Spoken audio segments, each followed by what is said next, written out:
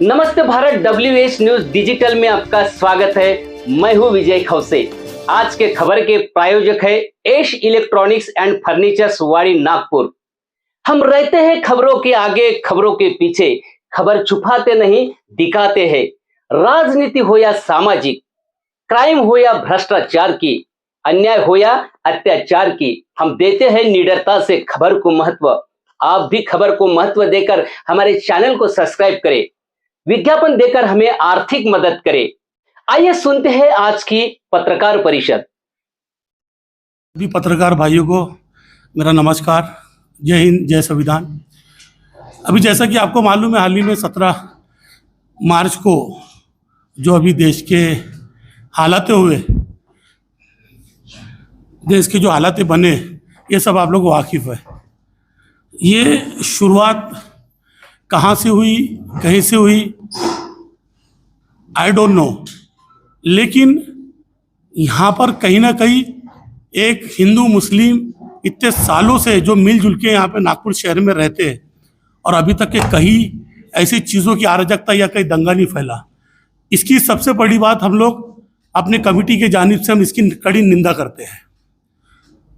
और जिस तरीके से मैं किसी के फेवर में बात नहीं करूँगा, क्योंकि दंगाई का कोई मजहब और कोई धर्म नहीं होता, दंगाई दंगाई होता है। लेकिन इसके वजह से आज जो हमारे नागपुर शहर में जो अराजकता फैली है, ये कहीं ना कहीं सोची समझी साजिश के तहत में हुआ है। अभी अपने अपने तरीके से यहाँ पर इसके पहले एक प्रेस कॉन्फ्रेंस हुई, अपने अपने तरीके से लोगों ने बाइट दिए और एक्सप्लेन करे कि शुरुआत कहाँ से हुई थी, किधर से हुई थी, ये सब चीज़ों की। लेकिन हमारा कहने का मतलब ये है कि इसमें डीप में जाने का है। जैसा अभी हमारे सम्माननीय पुलिस आयुक्त साहब रविंद्र सिंघल साहब इसमें एक निष्पक्ष इन्वेस्टिगेट कर रहे हैं, और वो कल, आज नहीं कल, दूध का दूध पानी का पानी होगा करके। इसके पहले भी डॉक्टर ओवैस साहब ने भी यहाँ पर एक प्रेस कॉन्फ्रेंस बुलाई थी, जो आप लोग के समक्ष में की गई है। लेकिन मैं एक चीज़, मैं क्योंकि संविधान को मानने वाला हूँ, मैं संविधान कायदे को मानने वाला हूँ, मैं सिर्फ आपके सामने सिर्फ कायदे की ही बात करूँगा। मैं यहाँ किसी का पक्ष लेके बात नहीं करूँगा, दंगाई का खास करके नहीं। मैंने आपको इसके पहले भी बता चुका हूँ कि मैं दंगाइयों के विरोध में हूँ, चाहे वो कोई भी समुदाय का रहे या कोई भी कम्युनिटी का रहे, वो सिर्फ असामाजिक तत्व है। मेरे नज़रों में सिर्फ वो असामाजिक तत्व है। लेकिन जिस तरीके से जो कल जो स्टिंग ऑपरेशन चला परसों के दिन, बुलडोजर, मैं उसके विरोध में इसलिए हूं कि सम्माननीय न्यायाधीश जस्टिस गवई साहब का एक जजमेंट है और जस्टिस विश्वनाथन का एक जजमेंट है 2024 का, कि बुलडोजर के ऊपर में रोक लगाया जाए, क्योंकि कार्यपालिका न्यायपालिका बन नहीं सकती, क्योंकि उसके अंदर में उस 95 पैरा पेजेस में लिखा हुआ स्पष्ट रूप से कि 15 दिन का नोटिस, अब ना उसको नोटिस देना है, 15 दिन के नोटिस देने के पहले उसको कोई डिमोलिश नहीं कर सकता, चाहे वो प्रॉपर्टी वैध रहे कि वो अवैध रहे, कम से कम उसमें 15 दिन का उसको नोटिस देना है। लेकिन यहाँ पर आश्चर्यजनक बात ये हुई है कि छुट्टी के दिन, हॉलीडे के दिन, शनिचर के दिन नोटिस दिया जाता है, घर के सामने लगाया जाता है, और दूसरे दिन उसकी अतिक्रमण की कार्रवाई हो जाती है। और जिसके अंदर में एक सैंक्शन करा हुआ प्लान, जिसके अंदर में सैंक्शन करा हुआ है, बांधकाम सैंक्शन है, RL भरा हुआ है, डिमांड है, जो महल स्थगित एक घर है जो यूसुफ खान का है। अभी बीच में उन्होंने डिबेट में उन्होंने बाइट भी दिया था कि भैया मेरा सब लीगल वैध रहने के बावजूद भी मेरा कैसा डिमोलिश किया गया, मेरी घर को क्यों तोड़ा गया, जबकि उन्होंने उसके पहले वहां के कर्मचारियों को उन्होंने लिखित रूप से सारी चीजें दी, एप्लीकेशन भी दी, घर के पूरे डॉक्यूमेंट दिए, सब कुछ बताए। उसके बताने के बावजूद भी बोले तुम एक काम करिए, बोले आप सिविल लाइन के ऑफिस में जाइए अभी तुरंत में, और ये पूरे कागज वहां पर दीजिए, सिर्फ आपको डिस्पेच में से रिसीट नहीं मिलेंगी, बाकी आपके पेपर हमने देखा है, आपके पेपर G9 है। अब वो बंदा वहां पर जाता है, जाने के बाद में ऑफिस पूरा बंद रहता है, और वहां से उन्होंने वीडियो रिकॉर्डिंग भी करी कि मैं वहां पर गया था, एक कर्मचारी बोलने के अनुसार, तो वहां पर वो लोग गए भी। जाने के बाद में जब वहां से वापस आता है तो उनके ऊपर में पूरा बुलडोजर वहां पे उनके घर के सामने खड़ा रहता है और वो डिमोलिश का कार्य शुरू हो जाता है। तो कहने का मतलब यह है कि supreme court is supremo. Supreme court का फैसला जो है, जजमेंट है, वो पूरे देश को लागू है, वो देश को मान्य है। क्या सही में कार्यपालिका न्यायपालिका बन सकती है? अवैध तरीके से तोड़ सकती है, 24 घंटे में डिमोलिश कर सकती है? ये आपने बड़ी सोचने की और गंभीरता की बात है कि अगर ऐसा ही सब लोग अगर कानून हाथ में लेंगे तो न्यायपालिका के ऊपर में विश्वास उठते चले जाएगा। न्यायपालिका के ऊपर विश्वास उठते चलेगा। ये खुद 95 पेजेस के अंदर पैरा में सब लिखे हुए है। 2 बेंच ने जजमेंट दी है कि कोई कानूनी व्यवस्था बनाए रखे, लोगों का विश्वास अगर ऐसा ही अपने पावर का मिसयूज करते रहे तो लोगों का न्यायपालिका के ऊपर से विश्वास उठता चले जाएगा। ये ठीक है, ये गलत है। इमीडिएट आप कार्रवाई कर रहे हैं और वो कार्रवाई तो मुझे ऐसा लगा नहीं कि चलो भैया, प्रक्रिया तो कोर्ट में भी एक प्रक्रिया रहती है कि पहले सम्मन भेजा जाता है, सम्मन के बाद भी उसको पेशी में बुलाया जाता है, फिर वहां से विचाराधीन ट्रायल शुरू होता है कोर्ट में। ये कैसा ट्रायल हुआ कि 24 घंटे के अंदर में डिमोलिश हो जाती है पूरी प्रॉपर्टी, पूरा तोड़ दी जाती है? मैं कायदे से चलने वाला व्यक्ति हूं और मैं सिर्फ कायदे से, मैं शुरू में जो आपको बोला, मैं कायदे की बात करूंगा। क्यों? क्योंकि सुप्रीम कोर्ट के जजमेंट का कहीं ना कहीं वायलेंस हुआ है, उल्लंघन हो रहा है। क्योंकि इसके अंदर में अगर ऐसे ही अगर ये प्रॉपर्टी को जो वैध है अवैध तरीके से तोड़ने का काम अगर महानगर पालिका, नगर रचना अगर विभाग करेगा तो लोगों को विश्वास कैसा रहेगा? कार्यपालिका के ऊपर में विश्वास कैसा करेंगे लोग? लोगों में अराजकता नहीं फैलेंगी कि भैया ये कौन से कानून के तहत में ये सब काम हो रहा है? हाँ, ये जजमेंट का, सुप्रीम कोर्ट के जजमेंट का वायलेंस नहीं है, ये आर्टिकल 21 का वायलेंस नहीं है।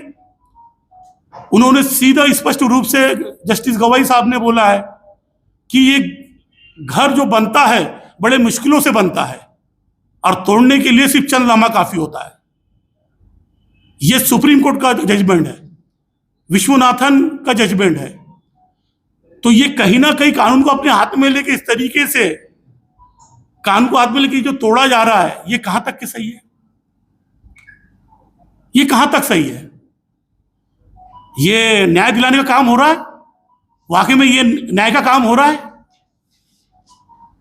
मैं फहीम खान के फेवर में नहीं हूं, मैं किसी के फेवर में नहीं हूं, मैं सिर्फ एक के फेवर में हूं, सुप्रीम कोर्ट के जजमेंट के। अगर वो घर उमेश भाऊ डोंगी का भी अगर टूटा होता तो नासिर खान तब भी प्रेस कॉन्फ्रेंस लेता। वो शंकर का भी घर होता तो नासिर खान तब भी प्रेस लेता। क्योंकि मुझे कहीं ना कहीं लगा कि न्यायपालिका के ऊपर में कहीं ना कहीं विश्वास लोगों का खत्म होते चले जा रहा है। क्यों? क्योंकि आरएल सैंक्शन ऑलरेडी, वो एनएटीपी सैंक्शन घर है जहां महल में स्थित है यूसुफ खान का ऑलरेडी, उसके बावजूद भी उसको डिमोलिश किया गया। ये कहीं ना कहीं सोची समझी साजिश है। ये बदले की भावना में ये सब जो काम डिमोलिश करने का काम किया गया है, ये बदले की भावना है। तो कहने का मतलब ये है, प्रेस कॉन्फ्रेंस बुलाने का मकसद ये है कि आप लोग को मैं ये सब सारी चीजें, मैं आपके नॉलेज के हिसाब से ये सब सारी चीजें बता दूं। दूसरी बात यह है कि सीपी साहब ने कर्फ्यू हटाया, सम्माननीय पुलिस आयुक्त साहब ने, उनका हम शुक्र अदा करते हैं।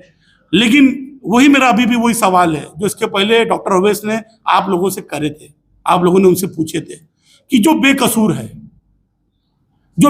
है, जिसका कोई दूर दूर तक इस दंगे में इन्वॉल्वमेंट नहीं है, उनको भी उसके अंदर में एक पार्टी अपना आरोपी उसके अंदर बनाए जा रहे हैं। जो बच्चे उसके अंदर में क्वालिफाइड है, एजुकेटेड लोग हैं, वो बच्चे भी इसके अंदर में दूर दूर तक इन्वॉल्वमेंट नहीं था, उसको भी आरोपी बनाया गया। हमको सर ने लिखित रूप से, हमने उनको एक निवेदन दिया है जिसकी रिसिप्ट मेरे पास में सब है। तो उन्होंने यही बोले कि हम लोग इसके अंदर में डीसीपी मैम को भी हमने लिखित रूप से दिया है, विशेष ब्रांच के आईपीएस ऑफिसर है खेड़कर मैडम, उनको भी लिखित रूप से हमने दिया। बोले हम इसमें निष्पक्ष चौकसी कर रहे हैं, बोले हमारी टीम लगी है, बोले इसमें जो होगा उसको डेफिनेटली छोड़ा जाएगा, थोड़ा समय लगेगा, लेकिन हमारी एक निष्पक्ष चौकसी इसमें शुरू है। अभी कह नहीं सकते, लेकिन हम बिल्कुल, आप हमारे ऊपर ट्रस्ट कीजिए कि हम लोग इसमें निष्पक्ष चौकसी कर रहे हैं। तो हमको ऐसा समाधान हुआ। लेकिन अब सोचने की बात यह आती है कि जहां से ये प्रोटेस्ट शुरू हुआ, जहाँ से ये प्रोटेस्ट शुरू हुआ, जहाँ से आगाज हुआ, जब हमने मैम से पूछे कि मैम इसकी परवानगी, इस प्रोटेस्ट की परवानगी ली गई थी क्या, तो गणेश पेट वाले पुलिस स्टेशन वाले बोले नहीं, बोले वहाँ तो हमारे ये हद में आता नहीं है, जहाँ ये प्रोटेस्ट हुआ ये हमारे हद सीमा में नहीं आता। तो कहाँ आता है मैम? तो बोले वो कोतवाली पुलिस स्टेशन में आता है। जब मैं आरटीआई लगाता हूँ तो 48 घंटे के कायदे में तो मेरे को जवाब आता है कोतवाली पुलिस स्टेशन का कि हमारे हद में कोई परवानगी नहीं है और वो हमारे हद में नहीं आता।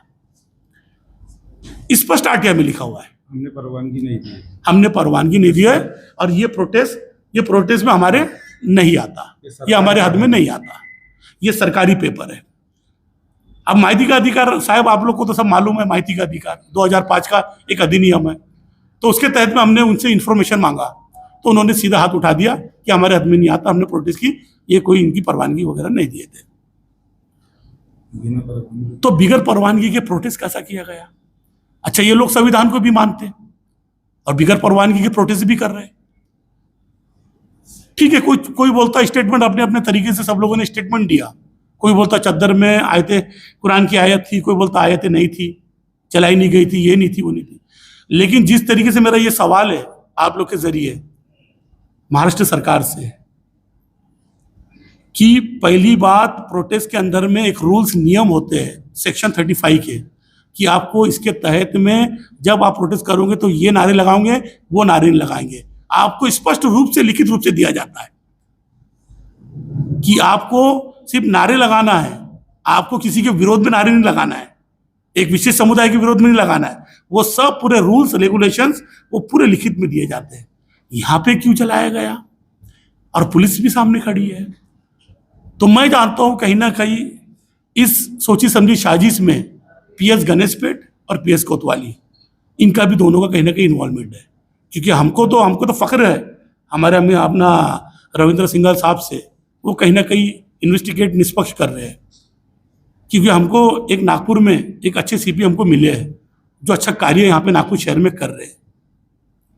लेकिन कहीं ना कहीं अब वो उनके ऊपर क्या दबाव आ रहा है, किस तरीके से वो सरकार के दबाव में किस तरीके से कार्य करेंगे तो आई डोंट नो। लेकिन हमको तो जो तरीके से उन्होंने भरोसा दिलाया है, जब भी हमने निवेदन दिए तो उन्होंने बोले थे हम फेयर इन्वेस्टिगेट इसके अंदर में हम नासिर करेंगे, आप निश्चित रूप से हमारे ऊपर ट्रस्ट करिए। तो हम लोगों ने उनके ऊपर में ट्रस्ट करके उनको निवेदन दिया है लिखित रूप से। और हमारी तंजीम ने डिसाइड किया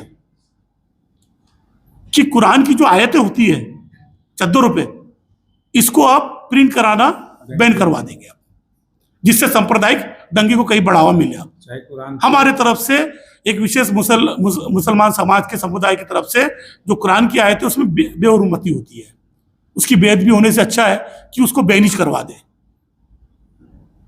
ताकि दंगे का माहौल जो है वो कहीं ना कहीं हम खत्म कर सके। क्योंकि हमारा आपसी भाईचारा है। आज ये उमेश हमारे पास में, उमेश डोंगे साहब है, ये हमारे भाई है। ये देश को मैं देखना चाहता हूँ। उठो उमेश भैया, ये देश मैं देखना चाहता हूँ।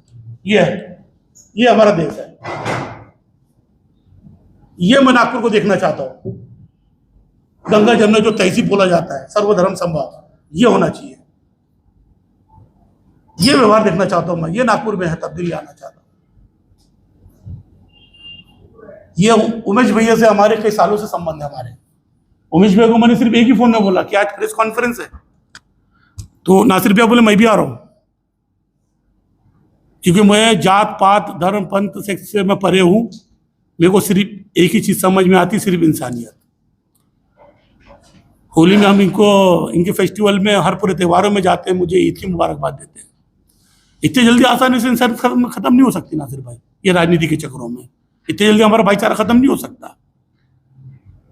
तो ये सब चीजें हैं, सारी चीजें आप सोचो और वही सत्य दिखाइए। प्लीज आपसे एक मेहरबानी, एक रिक्वेस्ट है, वही सत्य दिखाइए जो देश को, जो आज जो इंसानियत हमारे नागपुर शहर में इतने सालों का इतिहास रहा है।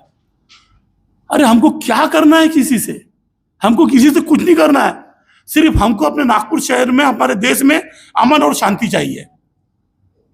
जो कुछ राजनीति लोग अपने मफाद के लिए, अपनी पार्टी के स्वार्थ के लिए हमारी इंसानियत की बलि चढ़ाने का, कलंकित नागपुर शहर को कलंकित करने का काम कर रहे हैं। ये बखूबी आप लोग को सब मालूम है। ये चीज हम लोग को चाहिए, ये हमको देश चाहिए। संविधान को मानने वाले लोग इस तरीके से काम नहीं करते। अरे सत्ता आपकी, केंद्र में सत्ता आपकी, राज्य में सत्ता आपकी, पुलिस आपकी, सब आपकी, पूरी यंत्रणा आपकी, आपको प्रोटेस्ट करने की जरूरत क्या पड़ गई? लीजिए ना आप संविधान के ढंग से, आप बोलते ना कि हम संविधान को मानने वाले लोग हैं, तो संवैधानिक रूप से एहतिजाज करने की आपको क्या जरूरत है? जबकि तो आपने परवानगी भी नहीं ली है। हमने पुलिस स्टेशन में आटे लगाए तो डायरेक्ट स्पष्ट रूप से हमको बोला गया, गन स्पीड ने भी हाथ उठा दिया। हमने, हमारे आदमी आता ही नहीं हो, कोतवाली बोलती हमारे आदमी नहीं आता। हमने तो परवानगी देने का सवाल ही नहीं उठता। ये जन सूचना अधिकारी पीआई साहब है, 2000 अधिनियम 5 के तहत माहिती के अधिकार में। अभी पीआईओ इंफॉर्मेशन दे सकते हैं। तो कहने का मतलब है, आप ये देखो सोची समझी साजिश है। मैं उतने डीप में नहीं जाना चाहूंगा।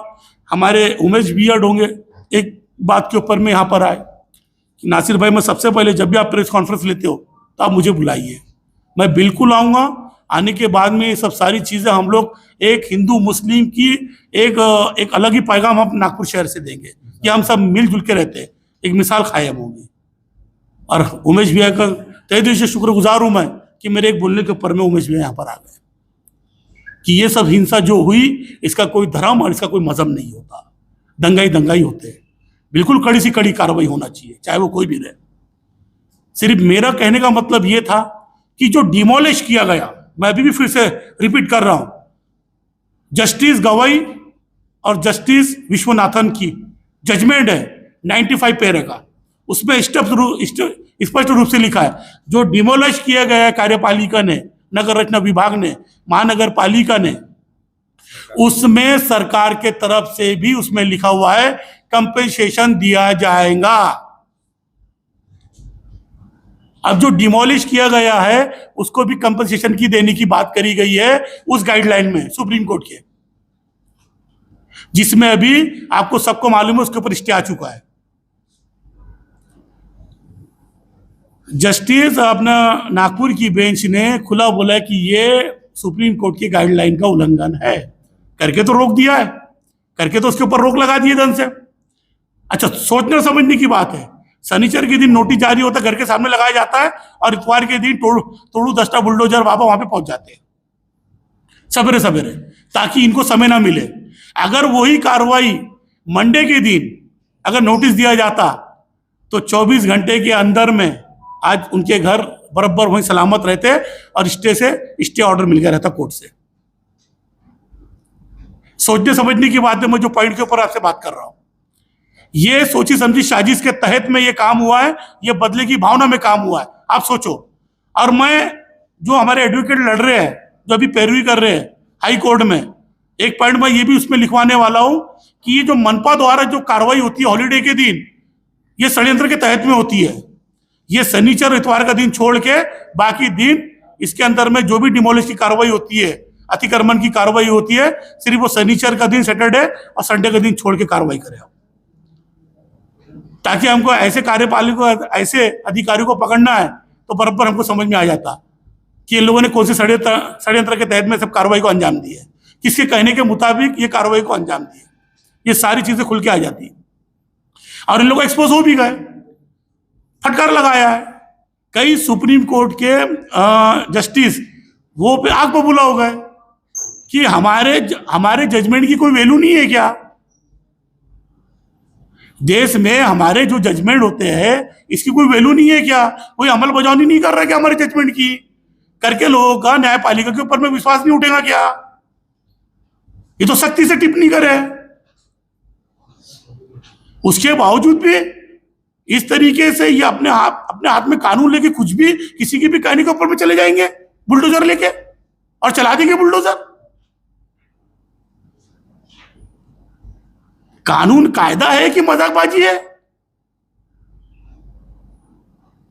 स्पष्ट रूप से मैंने सब सारी चीजें आपको, जितने भी मैंने प्रेस कॉन्फ्रेंस बुलाने का मकसद यह है मेरे पत्रकार भाई और बहनों, कि कहने का मतलब यह है कि न्याय है, क्योंकि supreme court is supremo, supreme court का फैसला पूरे देश को मान्य रहेगा। उसके बावजूद भी कानून को मजाक बना के रख दिए, कायदे को मजाक बना के रख दिए। किसके आदेश से हो रहा है ये? उसकी इन्वेस्टिगेट नहीं होना चाहिए। अब हमारे देवेंद्र फडणवीस साहब ने, महाराष्ट्र राज्य के मुख्यमंत्री जी ने यू टर्न ले लिया कि अब वो कानूनी प्रक्रिया से होगा। अरे हमको औरंगजेब से क्या करना है?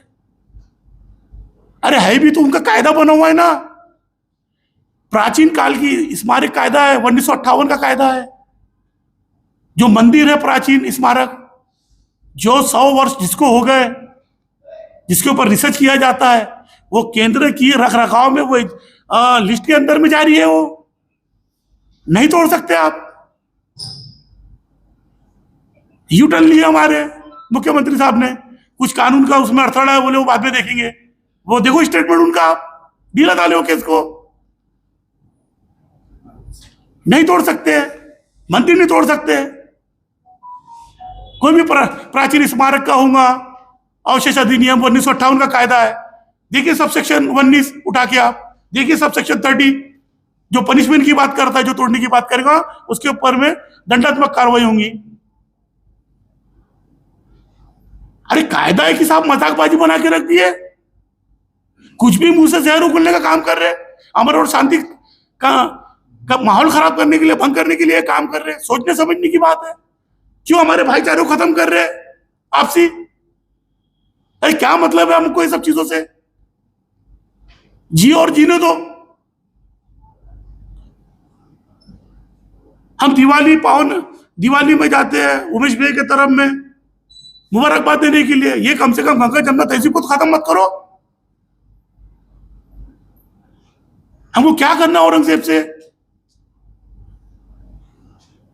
ये सोचने समझने के कुछ सवाल है भैया तो कुछ करिए, नहीं तो बोलेंगे नासिर खान बोलते चले जा रहे हैं। दोस्तों, खबर देखने के लिए आपका शुक्रिया। आज के लिए बस इतना ही, फिर मिलेंगे नए खबर के साथ। तो बने रहिए WH न्यूज के साथ। चैनल को लाइक सब्सक्राइब करें, फेसबुक इंस्टाग्राम पर फॉलो करें, विज्ञापन देकर हमें आर्थिक सहयोग करें। धन्यवाद।